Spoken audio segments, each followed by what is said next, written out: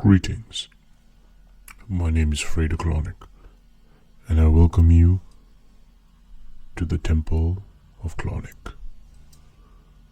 Today I want to speak about something serious in spirit work. The making of oaths, promises, pacts, and what happens when those promises are broken. When you call upon a spirit, especially a spirit such as Clauneck, you are not simply speaking into empty air. You are entering into a relationship. A spirit, in some ways, is like a person. Not in the sense that they are human, but in the sense that relationship matters. Respect matters. Trust matters. Repeated behavior matters. If you constantly make promises to a person and fail to keep them, that person will eventually stop trusting your word. The same principle applies in spirit work. Clauneck is known as a spirit of wealth, hidden treasure, opportunity, affluence, financial movement, and material increase. People call upon him when they need money, when business is stagnant, and when doors need to open, when opportunities are hidden, and when the current of prosperity needs to move again. But many people make the mistake of approaching spirits as if they are vending machines. They ask, they bargain, they promise. Then once the pressure is gone, they forget. They say, Clauneck, if you help me, I will make this offering. Clauneck, if money comes through, I will light this candle. Clauneck, if this client appears, I will praise your name. Then life moves on. The money arrives, the client appears, the opportunity opens, the pressure fades, and the promise is forgotten.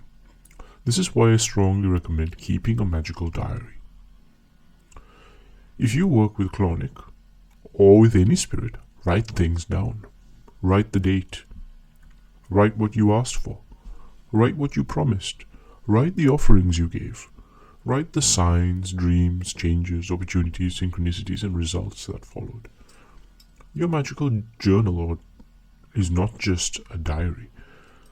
It's a record of your spiritual agreements. It protects you from forgetfulness. It helps you stay honest. It helps you see patterns. It helps you know what has been fulfilled and what still needs to be honored. Because in magic, your word is part of your power. If your word becomes weak, your magic becomes weak. When you make a promise in ritual, you are binding your speech to action. If you break that promise, you split your own power. You teach your unconscious mind, your own soul, and the forces around you that your word is unreliable. And if your word cannot be trusted, then your petitions become weaker. Your ritual becomes weaker. Your speech becomes weaker. Your oath becomes weaker, and your authority becomes weaker. This is why promises matter. Now, some people become afraid when they realize they have broken a pact. They panic. They think the spirit is going to come after them, punish them, harm them, or destroy their life. This depends very much on the nature of the spirit. Different spirits have different temperaments, different currents, and different ways of responding. But Clauneck is not that sort of spirit. In my experience and understanding, Clauneck is not a spirit who is likely to harm you simply because you made a mistake. He is not petty. He is not childish. He is not looking for an excuse to destroy you. Clauneck is more like a businessman, a guru of wealth, a master of material flow, opportunity, affluence, and financial movement. And because of that, he wants you to develop a wealthy mindset as well. A true businessman keeps his word. A true businessman understands agreements. A true businessman respects contracts.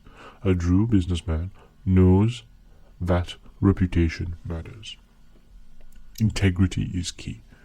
If you want to build wealth, if you want to build a business, if you want to build power, you cannot be careless with your word. You cannot constantly promise things and fail to deliver.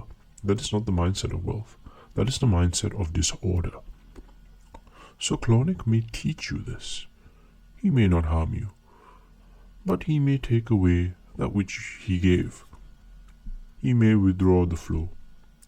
He may make you aware that something has been left unfinished. He may allow the situation to become uncomfortable enough that you remember your promise and fulfill it. That is not necessarily punishment. It may be correction. It may be teaching. It may be a reminder that prosperity is not only about receiving. Prosperity is about discipline, structure, responsibility, and honor. Breaking a pact with Clauneck may show itself as a loss of flow. Money comes in, immediately goes out. Opportunities almost happen, but do not land. Clients inquire, then disappear. Payments are delayed. The ritual current feels cold. The connection feels distant. The name no longer feels alive in your mouth. But do not immediately spiral into fear. Do not assume every difficulty is spiritual attack. Not every bad day is a curse. Not every bill is a punishment. Not every delay is Clauneck's anger. Life is still life. Business problems can be business problems. Money problems can be practical problems. But if you know that you made a promise and did not fulfill it, then the path is simple.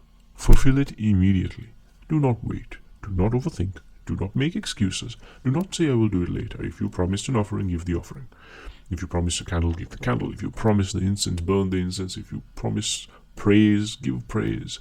If you promise a donation, make the donation. Or whatever it is that you promise, do it. But do something. Feeling sorry is not the same as repairing the pact. Emotion is not enough. Repair requires action. Once you have fulfilled the promise, then perform an apology ritual.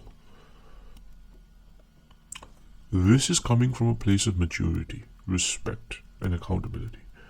It's very simple. You can prepare a simple altar with a candle, some incense, his sigil, and maybe a written apology. You could even speak and say, Clauneck, spirit of wealth, hidden treasure, affluence and material increase, I come before you with honesty and respect. I acknowledge that I made a promise and failed to fulfill it. I do not come with excuses, I come with accountability. I have now fulfilled what I promised, and I offer this act of apology in respect and sincerity. And then you can offer an extra offering, maybe some wine, some more incense, agree to do some kind of deed, whatever it might be, a candle. So it's important in this way to apologize. If you apologize, repair the mistake, and then continue breaking promises, the apology becomes meaningless. At that point, you are not learning. You are not developing integrity. You are not becoming a person of wealth, power, or discipline. You are simply using spiritual language to avoid responsibility. And Clauneck, as a spirit of wealth and business, will not encourage that weakness. A small promise kept is better than a grand promise broken. Do not promise more that you can fulfill. Do not make dramatic oaths and pacts in moments of panic. Do not bargain with things you are not truly prepared to give. And do not treat Clauneck as a vending machine. Write your promises down, track them, honor them, fulfill them, because your magical journal may save you from breaking your word, and your word is part of your power. The deeper lesson here is a pact with Clauneck is not only about receiving money. It is about becoming the kind of person who can hold wealth, a person with discipline, integrity, and structure, a person whose word means something, a wealthy mindset, a businessman or woman. Make sure you restore the relationship. Make sure you give your offerings and fulfill your promises. Keep a magical journal, keep your word, and remember, the greatest offering is not the candle. It is not the incense. The greatest offering is a word that can be trusted. Valanis and Clauneck here. Hail Clauneck.